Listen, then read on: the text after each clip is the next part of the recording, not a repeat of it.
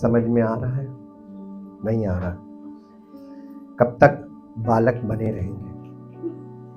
शारीरिक उम्र देखिए और अपनी मानसिक उम्र देखिए।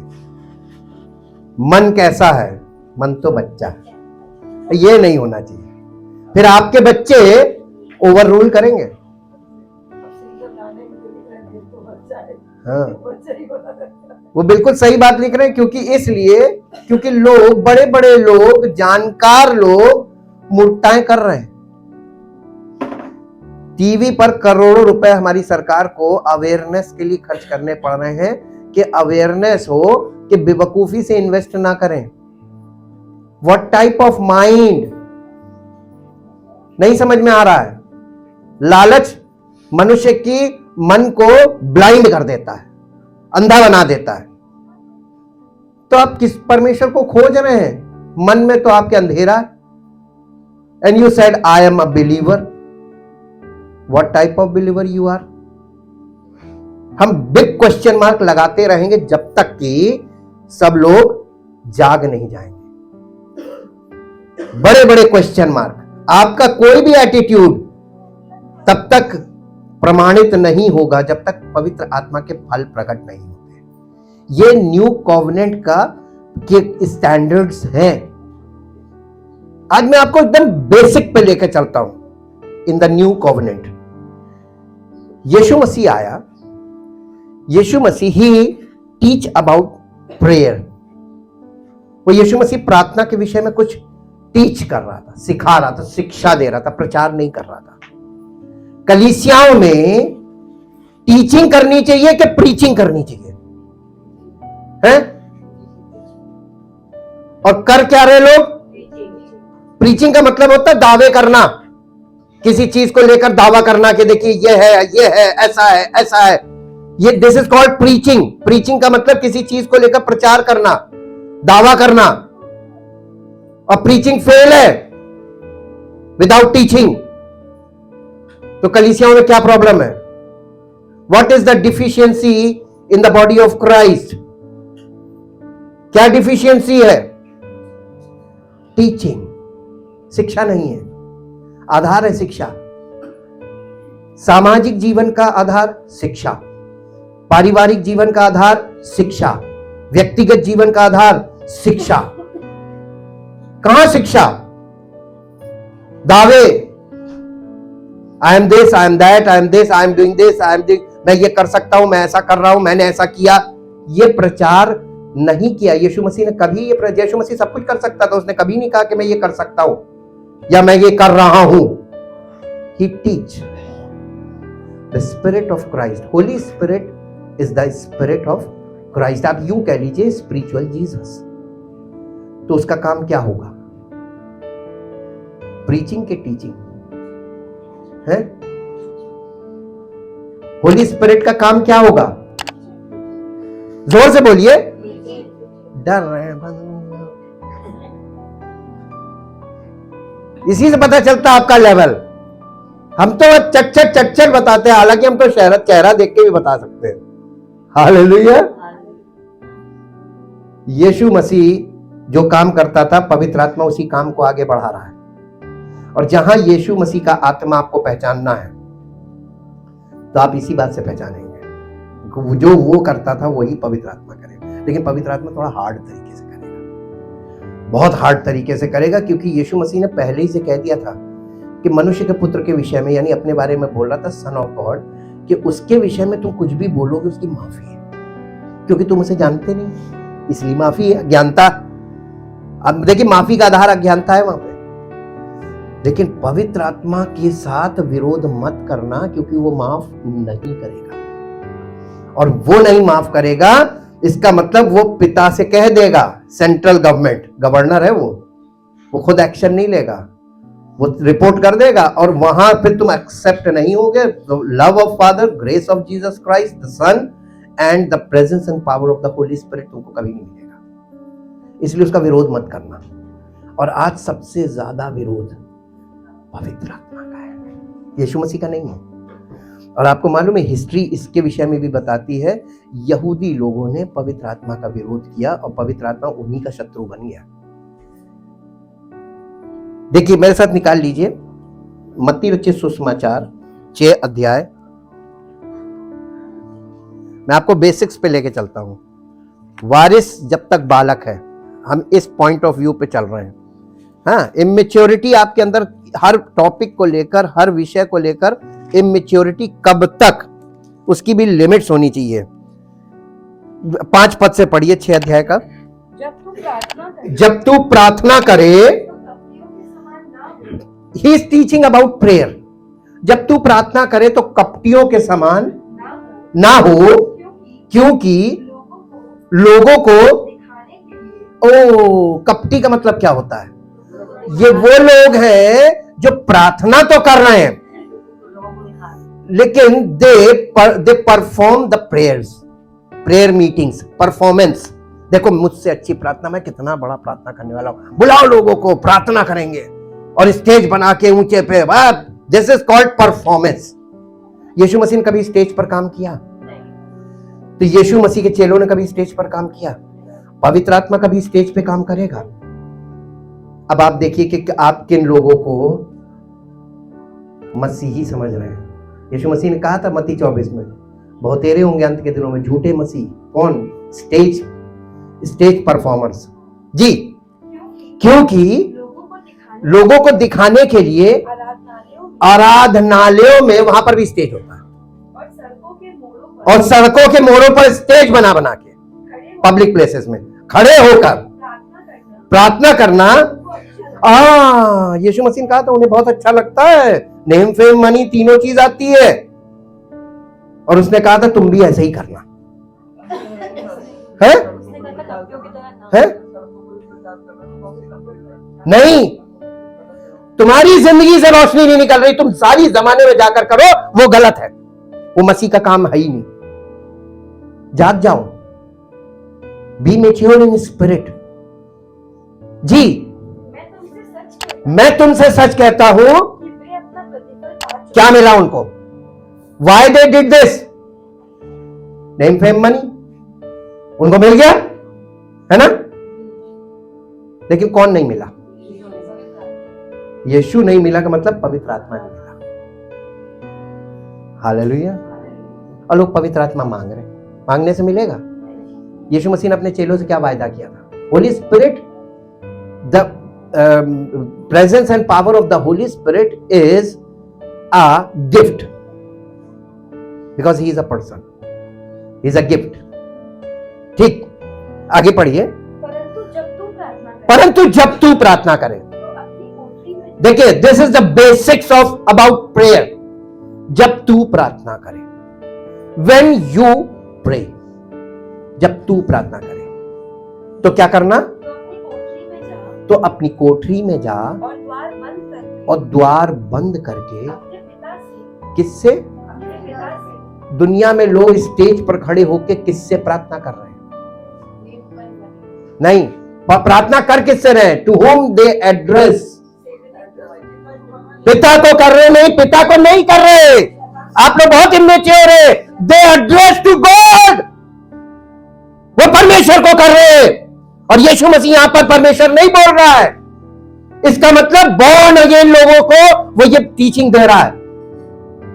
ये टीचिंग जनरल लोगों को नहीं दी जा रही है, ये वर्ल्डली लोगों से बात नहीं कर रहा है, क्योंकि संसार के लोग जिसे परमेश्वर कहते हैं, यीशु मसीह पर विश्वास करने वाले परमेश्वर की संतान बनते, वो उसे पिता कहते हैं। This is a big difference. इसीलिए मैं पूछ रहा हूं आप लोग कैसे सुन रहे हैं। यीशु मसीह ये क्वेश्चन करता था कि तुम कैसे सुनते हो, क्या सुनते हो, और तुम उसके सुनने का परिणाम तुम्हारे जीवन में क्या है? तुम वहीं खड़े हो फर्स्ट स्टेप पे। हालेलुया।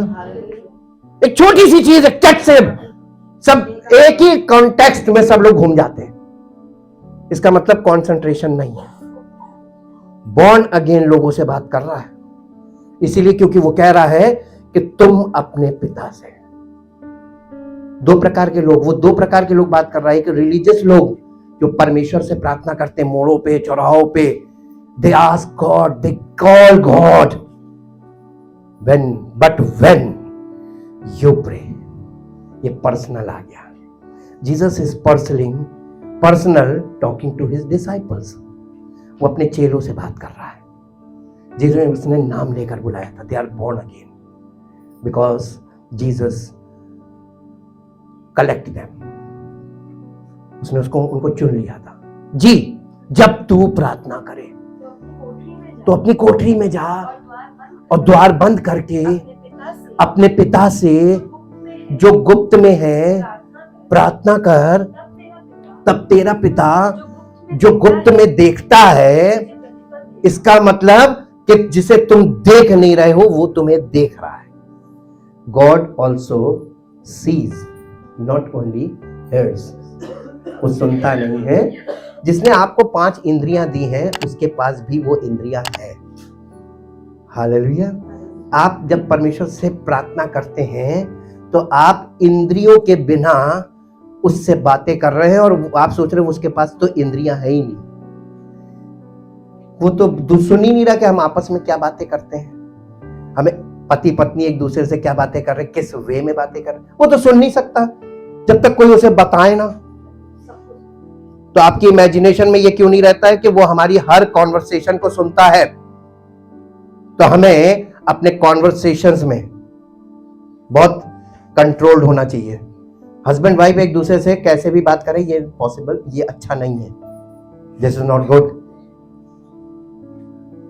आप हेल्दी बातें कर रहे हैं, वेरी गुड, लेकिन प्रोवोकिंग एक्ट्स कर रहे हैं, एक दूसरे को चुटकी काटने वाली बातें, प्रोवोक करने वाली, गुस्सा दिलाने वाली, ये क्या है? Immature behaviour. जी, प्रार्थना करते समय अन्य जातियों के समान। Oh, the second point is also very important. प्रार्थना करते समय जो कंटेंट है तुम्हारा प्रार्थना का, वो क्या होना चाहिए? बकबक का मतलब क्या होता है? प्रभु ये कर दे, प्रभु ऐसे कर दे, प्रभु जल्दी कर प्रभु, और फिर बार बार वही रिपीटेडली, अब प्रभु अरे प्रभु, थोड़ी देर बाद फिर उनको याद, अरे यार बोला पता नहीं सुन रहा कि नहीं प्रभु। इसका मतलब उन लोग को ये लगता है कि वो सुनता है कि पता नहीं सुनी कि नहीं सुनी। वो उनके अंदर यानी ये निश्चयता नहीं है कि शायद मेरी सुनेगा। ये अन्य जाति का स्वभाव है। हम लोगों के अंदर कौन सा स्वभाव है? ईमानदारी से। तो अब आप अपने बिहेवियर को चेक कीजिए, ये चेंज हो रहा है? आपका बिहेवियर अबाउट प्रेयर कैसा है? कोई नहीं बोल रहा। जिद पकड़ लेते हैं ना। अब थोड़ी अवेयरनेस आ रही है ना, अवेयरनेस आ रही है। धन्यवाद के अलावा कुछ करना ही नहीं है। अगर आप परमेश्वर को वास्तव में जानते हैं कि वो सब कुछ कर सकता है, वो सब सुनता है, वो आपके शब्दों को नहीं, आपके दिल में पैदा होने वाले जो विचार है ना, इमेजिनेशंस, वो उन्हें भी पढ़ता है। God is also a learning person, वो पढ़ लेता है। जी, अन्य जातियों के समान बकबक ना करो। अन्य जातियों के समान बकबक ना करो, क्योंकि अन्य जाति, वो जो ये स्वभाव है ना, अन्य जाति के लोग ये समझते हैं, very bad understanding, baby level, उनके बहुत बोलने से क्या आप किसी, हाँ छोटे बच्चे बार बार इरिटेट करते ना बोल के, लेकिन जो चीज नहीं तो नहीं, पिट जाते हैं। हाँ, नहीं तो बड़े लोग भी पिट जाते हैं। वो ज्यादा आप उनके साथ इरिटेट करेंगे ना, वो एक मसले में फंसा देगा, जाओ बेटा एक हफ्ते के लिए तुम बिजी, अब तुम हमसे नहीं, हमें डिस्टर्ब मत करना। करके देख लीजिए, आप बिल्कुल टिट फॉर टैट है। जी, इसलिए तुम उनके समान ना बनो। किनके समान? अरे कितना मना कर दिया उसने, समझाया, टीचिंग कहीं है ही नहीं, सब वही बन गए।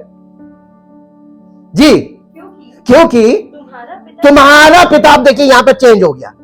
वो लोग क्या कर रहे हैं और तुम क्या कर रहे हो।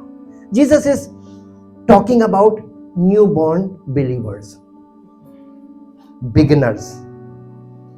हालेलुया, बेसिक सही है अबाउट प्रेयर, लेकिन तुम ऐसे मत करना। कौन, किससे कह रहा है?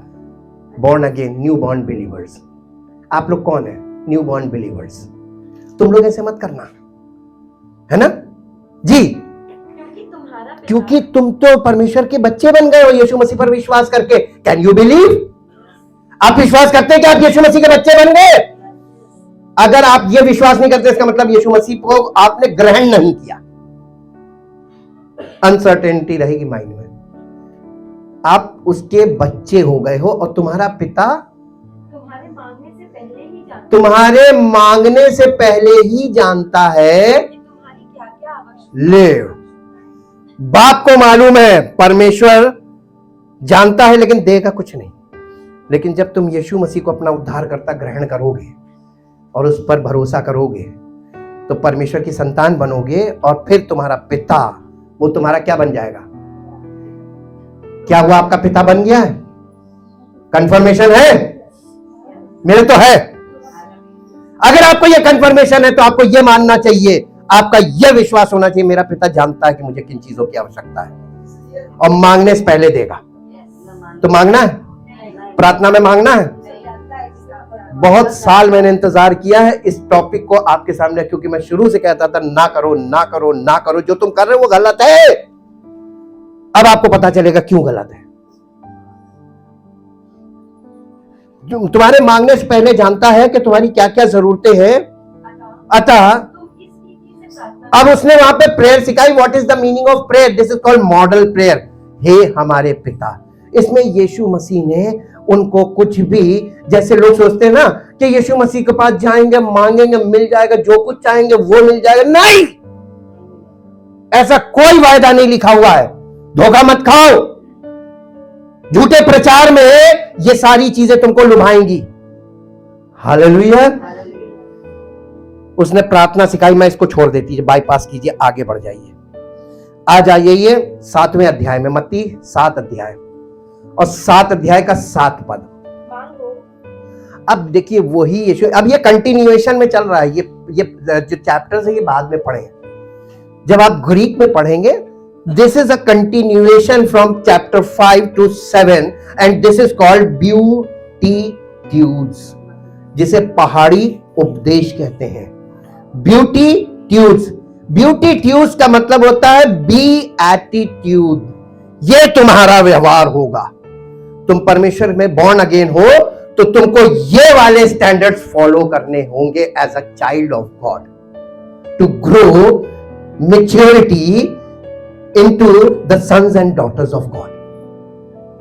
This is the parameter for born again believers. 5 अध्याय से 7 अध्याय याद रखिएगा, ठीक। अब यीशु मसीह कंटिन्यूएशन में बोल रहा। अब यीशु मसीह ने प्रार्थना के विषय में शिक्षा दी और यहां पे क्या कह रहा है? मांगो तो तुम्हें। तो क्या चीज कह रहा था? जो चाहो मांगो सब मिल जाएगा? नहीं, नहीं। जिसने ये बता दिया कि तुम्हारा पिता जानता है कि तुम्हारी क्या आवश्यकता है, तो इसका मतलब तुम्हें अपनी आवश्यकताओं के लिए प्रार्थना नहीं करनी है। प्रार्थना का मतलब क्या है? उसने आए हमारे बाप की दुआ में वो सारी मीनिंग खोल दी थी। What is the meaning of prayer? That is called model prayer. उसमें विश्वास की बात है कि हमारे प्रतिदिन का आहार मुझे दे। ये विश्वास है कि कल दिया था प्रभु, आज की रोटी हमें दे, हमें आज की रोटी दे। लेकिन ये रोटी फिजिकल नहीं है, क्योंकि यीशु मसीह ने 4 अध्याय में शैतान को यह कहा था, लिखा है कि मनुष्य केवल रोटी से जिंदा, परंतु हर एक उस वचन से जो परमेश्वर के मुख से निकलता है जिंदा रहेगा। इसका मतलब ये फिजिकल रोटी की बात नहीं सिखा रहा था प्रार्थना में। धन्यवाद हो परमेश्वर का कि कुछ तो किल्ला फूटा। फिजिकल फूड से स्पिरिचुअल फूड की बात तो आई माइंड में जी। मांगो तो तुम्हें दिया जाए। अब ये क्या कह रहा है? मांगो तो तुम्हें, और लोग मांगने के बाद ढूंढना भी पड़ेगा। ऐसी कौन सी चीज है जिसको मांगो भी और ढूंढो भी? अरे ग्रीक में नहीं आप लोगों ने पढ़ा है, ये हिंदी में पढ़ के आप हिंदी वाले बिगड़ गए। इंग्लिश स्टेट्स में ऐसा प्रॉब्लम नहीं है, क्योंकि इंग्लिश में मांगो लिखा ही नहीं। यस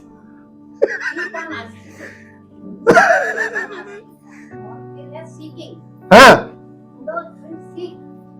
तो ऐसी क्या चीज है जिसको हमें यहां पे कुछ प्रोसेस बता रहा है। और मालूम है आपको, ग्रीक से अगर आप इस चीज को देखें, ग्रीक न्यू टेस्टामेंट में, तो this is a command, not a suggestion. Ask, seek and knock, 3 steps. This is the command of Jesus Christ for newborn believers. Hallelujah. कह रहा मांगो तो तुम्हें दिया जाएगा, ये प्रॉमिस है और इसमें कमांड है, अगर तुम ये करोगे तो ये होगा। उसके बाद कह रहा है ढूंढो तो तुम पाओगे, खटखटाओ तो तुम्हारे लिए खोला जाएगा। मेरे साथ इसको इंग्लिश में पढ़ दीजिए। Luke chapter 11 verse 9 in English. Luke chapter 11 verse 9, लूका 11:9। So I say to you, ask and keep on asking, and it shall be given to you. Seek and keep on seeking, and you shall find. Knock and keep on knocking, and the door shall be opened to you. and the door shall be opened to you. ये देखिए 3 बातें हैं और ये 3 command है, और ये command acts नहीं है। ये कमांड क्या है? कीप ऑन आस्किंग का मतलब क्या है? Continuation. Keep on seeking and knocking. कब तक? बिहेवियर भी है इसमें, डिसिप्लिन भी है इसमें, सब चीजें हैं। अब आप बताइए प्रभु आपको क्यों नहीं मिला? स्टेप्स गलत थे। हाँ, यस, यही तो सीखना है। बच्चे को हर बात सीखनी पड़ेगी, और जब तक बालक नहीं बनोगे स्वर्ग राज में प्रवेश नहीं मिलेगा। कहीं और से फांद के, यीशु मसीह ने कहा था ना, जो इधर उधर से फांद के आ जाता है वो चोर और डाकू है। तो आप किंगडम ऑफ गॉड में कैसे जाना मांगते हैं? Yes, and Jesus said I am the door. तो किसको खटखटाना है? और आप किसको खटखटा रहे हैं? कल्पना है वो। इसके साथ एक पद पढ़िए, आस्क के लिए सुनिए क्या, व्हाट वी आस्क। आस्क का मतलब है कि हमें पूछना चाहिए, क्वेश्चन करना चाहिए। हमें उससे पूछो जो सब कुछ जानता है, क्योंकि उसने कहा पिता तुम्हारी आवश्यकताओं को जानता है और पूरा करेगा। तो इसका मतलब हमको अपनी आवश्यकताएं के लिए प्रार्थना नहीं करनी है। प्रार्थना काहे के लिए करनी है? प्रार्थना का मतलब, आस्क का मतलब होता कॉल मी। हम मॉडर्न लैंग्वेज में आते हैं। जब आपको कोई काम होता है तो आप फोन निकालते हैं, कंपनी को कॉल लगाते हैं, है ना? फिर कंपनी आपको गाइड करती है, इंस्ट्रक्शंस भी देती है, और जरूरत पड़ने पे बंदे को भेज के काम कराती है। Ask means call. कॉल मी, आप किसको कॉल लगा रहे हैं? प्रार्थना को लोगों ने रिलीजियस उसमें फंसा दिया, जबकि यीशु मसीह रिलीजियसली ये बात बोल ही नहीं रहा था। वो तो नॉर्मली बोल रहा था। हम लोग संसार में बिहेव करते हैं, every time we use calls. हम दिन भर कॉल्स करते हैं। आपको किसी से कुछ पूछना होता तो आप क्या करते हैं? किसी से हालचाल लेना होता तो, किसी को बधाई देनी होती, you are already asking on call. तो आप क्यों नहीं समझ रहे कि आपको कॉल करनी है, किसको करनी है? यिर्मयाह चैप्टर 33 वर्स 2 and 3। यिर्मयाह 33 अध्याय का 2 और 3 पद पढ़िए। यहोवा जो पृथ्वी का रचने वाला है, जो उसको स्थिर करता है, उसका नाम यहोवा है। वो ये कहता है, मुझसे प्रार्थना कर और मैं तेरी सुनकर तुझे पैसों की बारिश कर दूंगा। हाँ, मैं तुझे चंगा कर दूंगा। ऐसा कुछ नहीं लिखा वहां। क्या करूंगा? इसका मतलब हमको किस विषय में प्रार्थना करनी चाहिए? वचन के विषय में। प्रभु ये समझ में नहीं आ रहा है ना? तो आपको फार्मूले बताएगा, यस आंसर्स नहीं देगा, फार्मूला बताएगा, यस, प्रिंसिपल्स बताएगा। आप बच्चा पढ़ रहा है स्कूल में, एग्जाम में बच्चा पूछेगा किससे? मम्मी हमको ये बता दो, कल एग्जाम है। मम्मी कहेगी बेटा टीचर ही बताएगा। टीचर भी नहीं हेल्प करता। अब लोग क्या कर रहे हैं? अपनी प्लानिंग करते हैं और फिर प्रार्थना क्या करते हैं? प्रभु हम लोग ये करने जा रहे हैं, इस पर तेरी आशीष हो, और उस दिन बत्ती ना जाए, उस दिन मौसम खराब ना हो। वो कहेगा अरे यार मौसम तो अनसर्टेन है एंड ऑफ एंड डेज में, तो तुम ऐसा इंतजाम करो कि मौसम बिगड़ भी जाए तो काम ना बिगड़े। बुद्धि दी है ना? और हम लोग क्या कर रहे हैं? अंधविश्वास की प्रार्थना कर रहे हैं और प्लानिंग हम बना रहे हैं और मोहर उसकी मांग रहे हैं, जबकि बाइबल कहती है उसकी इच्छा जानो, वही करो जो वो चाहता है। कोई नहीं कर रहा है, अपनी प्लानिंग, अपनी योजना और उससे मांगना। झूठी मसीहत हुई ना? स्पष्ट चिन्ह पता नहीं लोगों को क्यों नहीं दिख रहा, ना समझ में आ रहा। हमें तो दिख भी रहा, समझ में भी आ रहा जी। उसने कहा मुझसे पूछो। इंग्लिश में पढ़ दीजिए, अभी आपको और स्पष्ट आ जाएगा। Thus says the Lord who made the earth, the Lord who formed it to establish it, the Lord is his name. Call to me and I will answer you and show you great and mighty things fenced in and hidden, which you do not know, do not distinguish and recognize, have knowledge of and understand. Knowledge और understanding नहीं है प्रार्थना के अंदर। इसीलिए पौलुस ने ये वाली बात बोली थी, बहुत बड़ी बात बोली थी, क्योंकि वो कट्टर यहूदी था। उसने जब वो मसीही हुआ तो उसने कहा कि मैं परमेश्वर से ये विनती करता हूं कि वे उद्धार पाएं। किसके लिए कह रहा था? यहूदियों के लिए, क्योंकि उनके पास धुन तो है पर बुद्धिमानी के साथ। They don't have wisdom. परमेश्वर को पुकार तो रहे हैं लेकिन बुद्धिमानी नहीं है, वचन की अंडरस्टैंडिंग नहीं है। इसलिए वो जो कुछ भी कर रहे हैं वो गलत है। अब आपको समझ में आया कि हमको क्या चीज आस्क करने को बोला गया था? मुझसे पूछो। मैं तुम बच्चों को ये नहीं कहा जाता कि बेटा जो मांगो, मैं बैठा हूं बस कॉल कर देना, मैं तुम्हें घर पे भेज दूंगा। आप बच्चे को ऐसी खुली छूट दे के देखिए, आपका बच्चा देखिए क्या बनता है। तो परमेश्वर कभी ये गलती करेगा लोगों को खुली छूट देके? और यही वर्ष मत्ती 7:7 गॉस्पेल ऑफ प्रॉस्पेरिटी का आधार है। झूठी शिक्षा का, झूठे प्रचार का आधार यही है। सबको ये गलत मैसेजिंग कर दी गई, मांगो मांगो मांगो मांगो, सब मांग रहे, ढूंढ कोई नहीं रहा। उसका अगला स्टेप तो किसी ने छुआ भी नहीं। हम तो अपने मन की चीजें ढूंढ रहे हैं। हम तो वाली कार ढूंढ रहे हैं, हम तो वाला फोन ढूंढ रहे हैं, हम तो एक पत्नी ढूंढ रहे हैं, हम तो नौकरी ढूंढ रहे हैं, हम तो चंगाई ढूंढ रहे हैं, सब ढूंढ रहे हैं अपने मतलब की चीजें।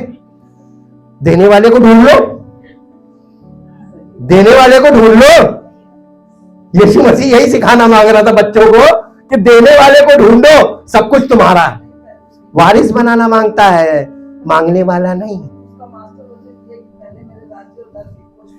यस, उसने 6 पद के 33वें पद में यही बोला, 6ठे अध्याय के, कि पहले उसके राज्य और धर्म की। इसका मतलब वहीं से समझ जाना चाहिए 7वें अध्याय के मांगो का मतलब फ्री। मांगने के लिए एकदम ओपन गेट नहीं है कि जो चाहे जब चले जाएगा मांग ले। अब आप पहली बार अगर आए हो तो आपके लिए धक्का है, मांगना मत, मिलेगा कुछ नहीं। जो पहले से मांग रहे उन्हें नहीं मिला है, गवाही यहां पर है। हालेलुया। परमेश्वर कभी झूठ नहीं बोलता। लिखित वचन देकर, वो लिखित वायदे करके गया है, वर्बल नहीं है। रात गई बात गई। हालेलुया। पत्थर की लकीर है जी। याकूब की पत्री उसका पहला अध्याय और उसका 5 पद। पर यदि तुम में से यदि तुम में से किसी को बुद्धि की किसी को बुद्धि की घटी घटी हो, कोई नहीं कहेगा हमारे पास बुद्धि की घटी है, सब बहुत बुद्धिमान है?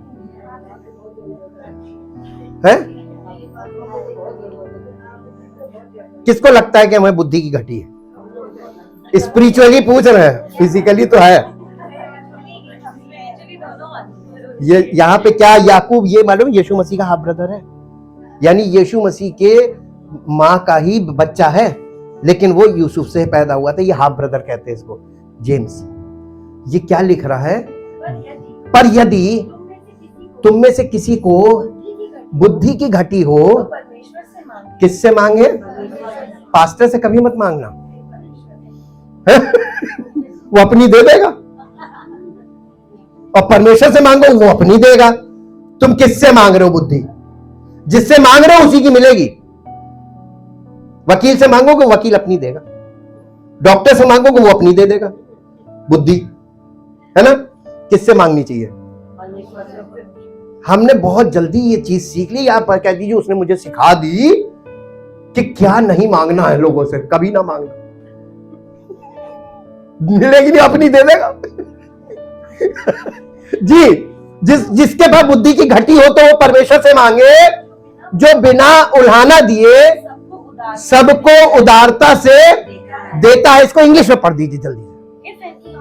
If any of you is deficient in wisdom, इसका मतलब बुद्धि का मतलब विजडम, विजडम की कमी हो अगर स्पिरिचुअली, तो डिफिशियंसी है ये जी।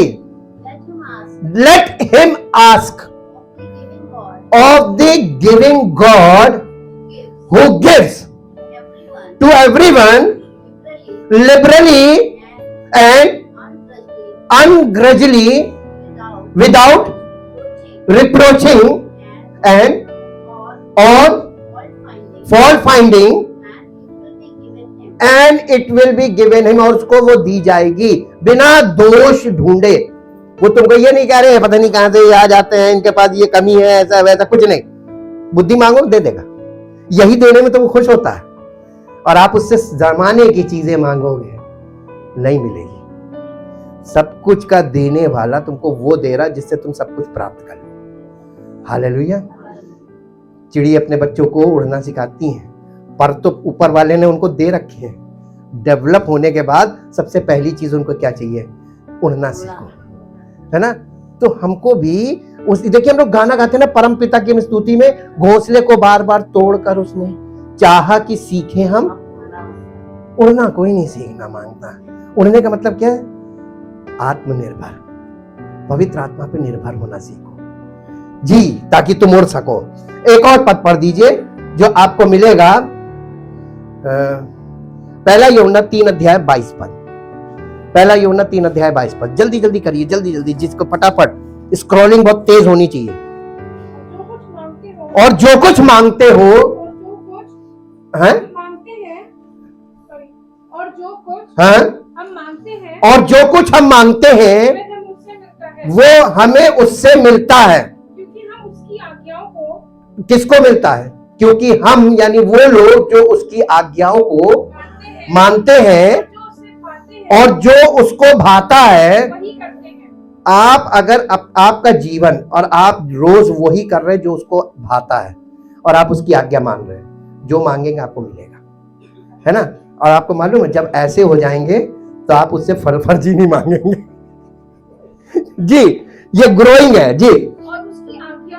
और उसकी आज्ञा ये है कि हम उसके पुत्र यीशु मसीह के नाम पर विश्वास करें, और जैसा हमने आज्ञा दी है, जैसा हमें आज्ञा दी है उसी के अनुसार आपस में प्रेम रखें। जब तक कलीसिया में आपस में प्रेम नहीं होगा आपको ये वरदान नहीं मिलेगा। ठीक, अब एक और पद निकाल लीजिए जो आपको मिलेगा, पहला यूहन्ना 5 अध्याय का 14 पद। और हमें उसके सामने जो हियाव होता है वो ये है कि यदि हम उसकी इच्छा के अनुसार कुछ मांगते हैं वो हमारी कब, और जब हम अपनी इच्छा के अनुसार मांगते हैं तो वो, हेलो, आवाज नहीं आ रही, मिला रहा कॉल। आप किसी से वो चीज मांगिए जो वो नहीं देना मांगता ना, उसको आपकी आवाज नहीं सुनाई देगी। हाँ, नेटवर्क प्रॉब्लम, हेलो हेलो, काट देगा। मिला देख लीजिएगा, किसी को मिलाइए, कहेगा I want borrow some money, hello hello. किस चीज की कमी है आपके पास? किसके सामने? परमेश्वर के सामने। मत दिमाग लगाओ उसके सामने, युक्ति बुद्धि समझ सब फेल कर देगा। हालेलुया। इस संसार के सदृश ना बनो। जो संसार में लोग कर रहे हैं ना, वो मसीहत नहीं है। ये है यीशु मसीह ने जो बताया, उसकी आज्ञा मानो, ये मसीहत है। हालेलुया। जल्दी से आ जाइए, सीख का निकालिए कि पहले क्या चीज ढूंढने को कह रहा था। मत्ती 6:33। इसलिए पहले तुम अपने घर बार की हर चीज की वस्तुओं की खोज कर लो, फिर मेरे पास आना। आप जिंदगी में कभी उसके पास नहीं जाएंगे, क्योंकि ये चीजों की पूर्ति आप कभी कंप्लीट नहीं कर पाएंगे। जी, पहले उसके राज्य और उसके धर्म की खोज करो।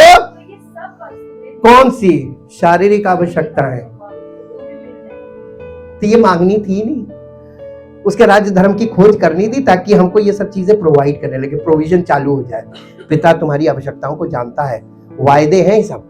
अब देखिए, इसके बाद एक और पद निकालिए जो आपको मिलेगा, यिर्मयाह 29:13।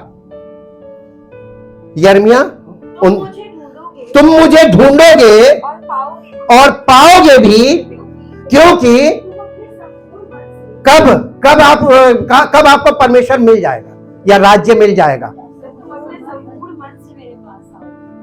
कैसे?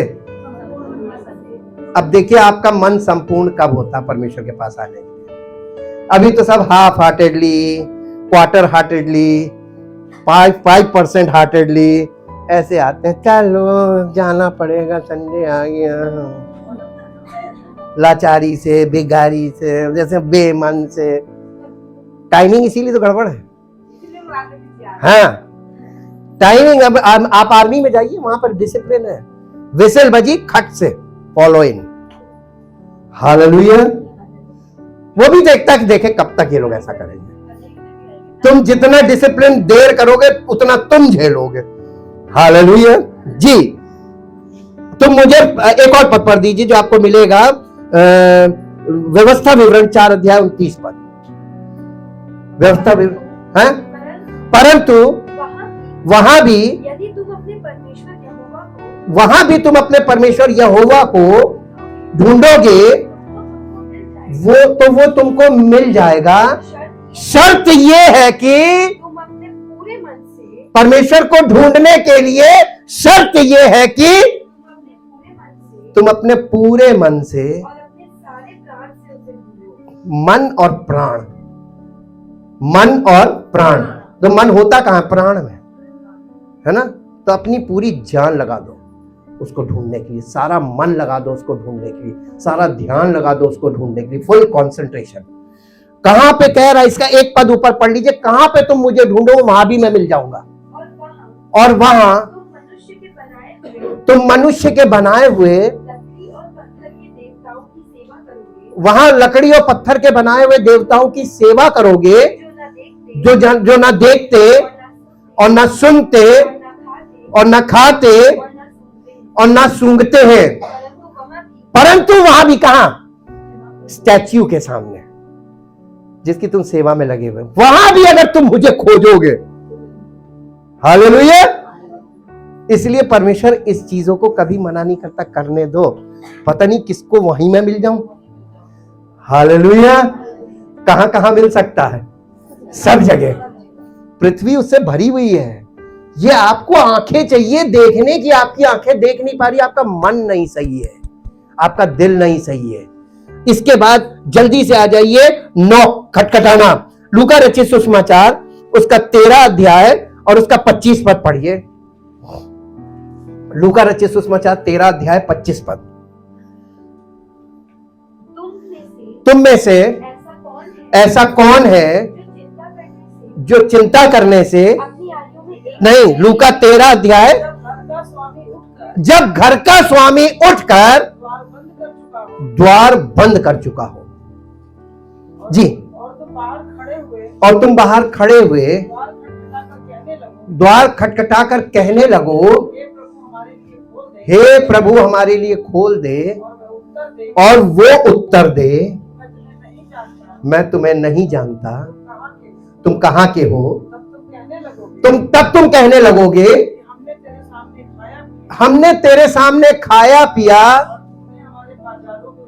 और तूने हमारे बाजारों में उपदेश दिया। वहां रोना कहां? बाहर, गेट के बाहर। वो क्या रहा है कि अभी उद्धार का समय है। ऐसा ना हो कि उद्धार का द्वार बंद हो जाए और तुम खटखटाते रहो। अर्जेंसी है। आपको टाइम लिमिट मालूम है। 2000 वर्ष कलीसिया को दिए गए थे, 2023 वर्ष चल रहा, हम लोग 23 साल ऊपर है। We are advancing on towards the second coming of Jesus Christ. अब अगले इवेंट्स का टाइम आ रहा है और आप अभी तक खटखटा भी नहीं रहे। आप अभी तक वहां पहुंचे ही नहीं कि खटखटाए, प्रभु मुझे ग्रहण कर ले। खटखटाने का मतलब क्या है? नहीं, खटखटाने का मतलब वहां पहुंचकर आप उसको नॉक करके बता रहे, I am outside, I am here, Lord I am here, please open the door. और यानी कॉल बेल है, समझ लीजिए कि आपने ये बता दिया कि हम आ गए। कितने लोग आज ये कह रहे हैं कि हम आ गए प्रभु, कि अभी आपको 10 साल और लगेंगे खटखटाने। आएंगे प्रभु, एक दिन आ जाएंगे, अभी तो हम सोच रहे हैं, अभी तो हमारी समझ में नहीं आ रहा है, अभी तो हम पढ़ रहे हैं, देख रहे हैं। नॉकिंग का मतलब उपस्थित है। देखिए पुराने नियम में परमेश्वर ने ये नॉकिंग को ऐसे समझिए कि परमेश्वर के मंदिर में जो आंगन वाला वो गेट था, एंट्रेंस, वहां से लोग प्रवेश कैसे करते थे मालूम है? परमेश्वर की बड़ाई और स्तुति करते हुए उसमें से प्रवेश करते, धन्यवाद के साथ और स्तुति करते हुए प्रवेश करते थे। This is knocking. प्रभु हम लोग आ रहे हैं, ये स्तुति करना, उसकी बड़ाई करना और बड़ाई करते हुए उसकी प्रेजेंस में आना, this is what knocking means. Call bell बज गई, आ गए लोग, आ गए। और जब लोग आ जाते, इसका मतलब वो इंतजार करता है कि लोग आए। संडे को आप, अब तो उसने द्वार खोल दिए जो कोई चाहे, लेकिन अभी भी अब तो मनमानी है, जाना तो है। रात में देर से सोए थे, अलार्म लगाया तो 2 बार बजा, मन नहीं कर रहा था।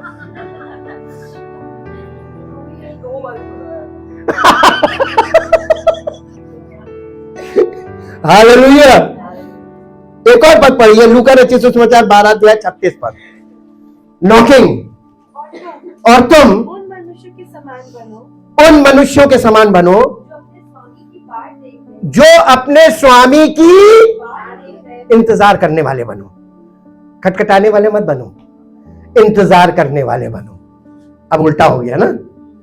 कितने लोग यहां पर संडे को आके इंतजार करते हैं प्रभु की उपस्थिति में बैठ के। ऐसा करके देखिए आप, फिर उसका प्यार देखिए आपके जीवन में। तुम ऐसे बनो जो अपने स्वामी की बाट देख रहे हो कि वो विवाह से कब लौटेगा, कि जब वो आकर द्वार खटखटाए तो। अच्छा, ऐसा भी हो सकता, स्वामी खुद भी आ सकता, हम इंतजार कर रहे होंगे अगर, तो है ना।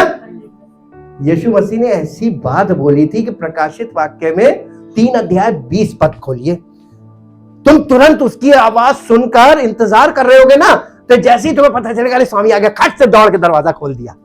आज तक आपने अपना दिल का दरवाजा खोला ही नहीं। 3:20 देख मैं द्वार पर खड़ा हुआ। कौन? ओ ले, आप तो इंतजार भी नहीं कर रहे थे कि प्रभु आएगा। आज देखिए वो आपके द्वार पे खड़ा खटखटा रहा है, क्योंकि आप इंतजार नहीं कर रहे थे। आप तो नींद है ना, सुप्तावस्था में आत्मिक तौर पे, प्रभु थोड़ी ना आएंगे जी। यदि कोई मेरा शब्द सुनकर द्वार खोलेगा तो मैं उसके पास भीतर आकर उसके साथ भोजन करूंगा।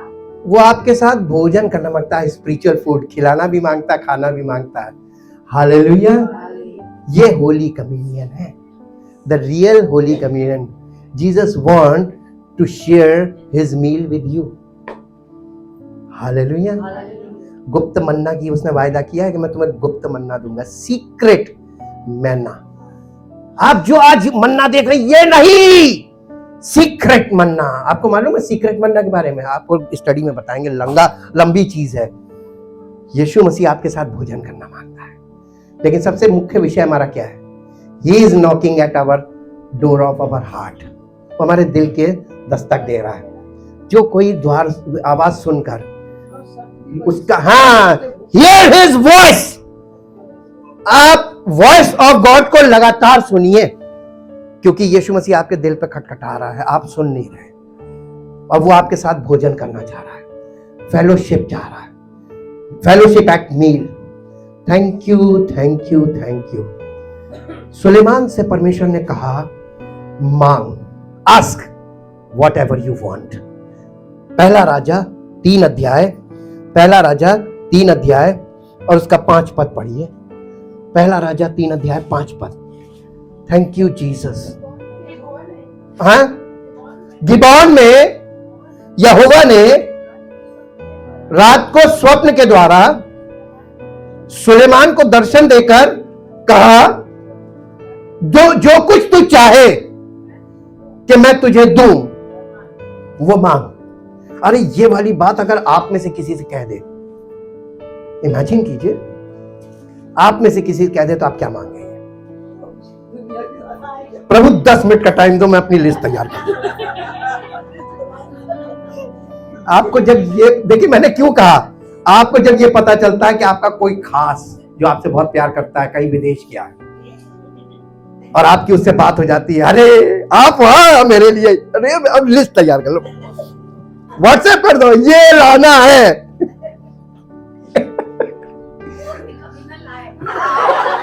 और लोगों को ये नहीं मालूम ना कि एयरलाइंस में वजन का भी मायने है, वहां इतना ज्यादा नहीं, मनमाना ले जाओ, मनमाना ले आओ। एयरपोर्ट पे सब फिकवा दिया जाएगा जी। 10 मिनट में फिकवाते। हाँ, ये होना चाहिए, लिमिटेशंस होनी चाहिए जी। मांग, तुझे क्या मांगना है मुझसे मांग। सुलेमान ने कहा, क्यों ये wisest man in the world है। आज इसका आधार सुन लीजिए, आप उससे भी ज्यादा, यहां वो है जो सुलेमान से भी बड़ा है। His name is Jesus Christ. वो सुलेमान से बड़ा है जी।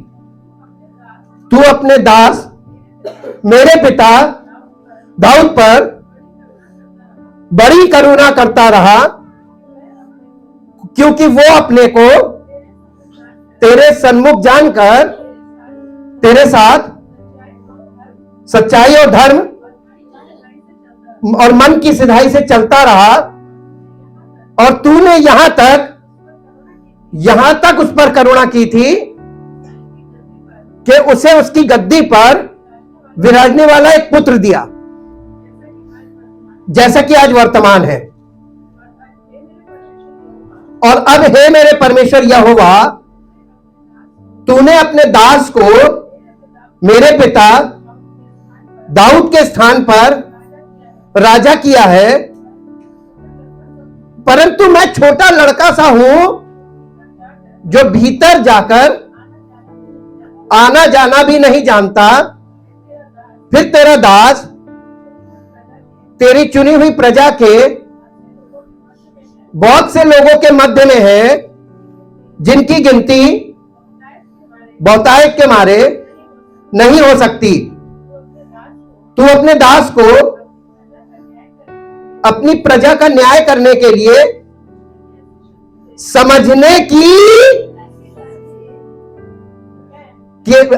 की ऐसी शक्ति दे कि मैं भले बुरे को, इसने मालूम क्या माना, understanding mind and discernment heart, discerning heart. जी, क्योंकि कौन ऐसा है तेरी इतनी बड़ी प्रजा का न्याय कर सके। इस बात से प्रभु प्रसन्न हुआ। देखिए, उसकी इच्छा के अनुसार कुछ मांगोगे तो वो तुम्हें खुशी से देगा। अरे यही तो मैं चाह रहा था, मेरा बच्चा ये मांग ले।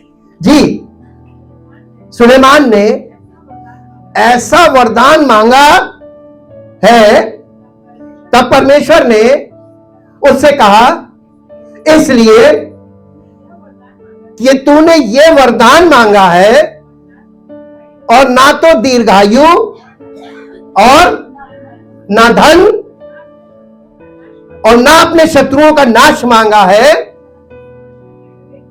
परंतु समझने के विवेक का वरदान मांगा है। इसलिए सुन, मैं तेरे वचन के अनुसार करता हूं, तुझे बुद्धि और विवेक से भरा मन देता हूं, यहां तक कि तेरे समान ना तो तुझसे पहले कोई कभी हुआ और ना बाद में कोई कभी होगा, लेकिन एक हो गया।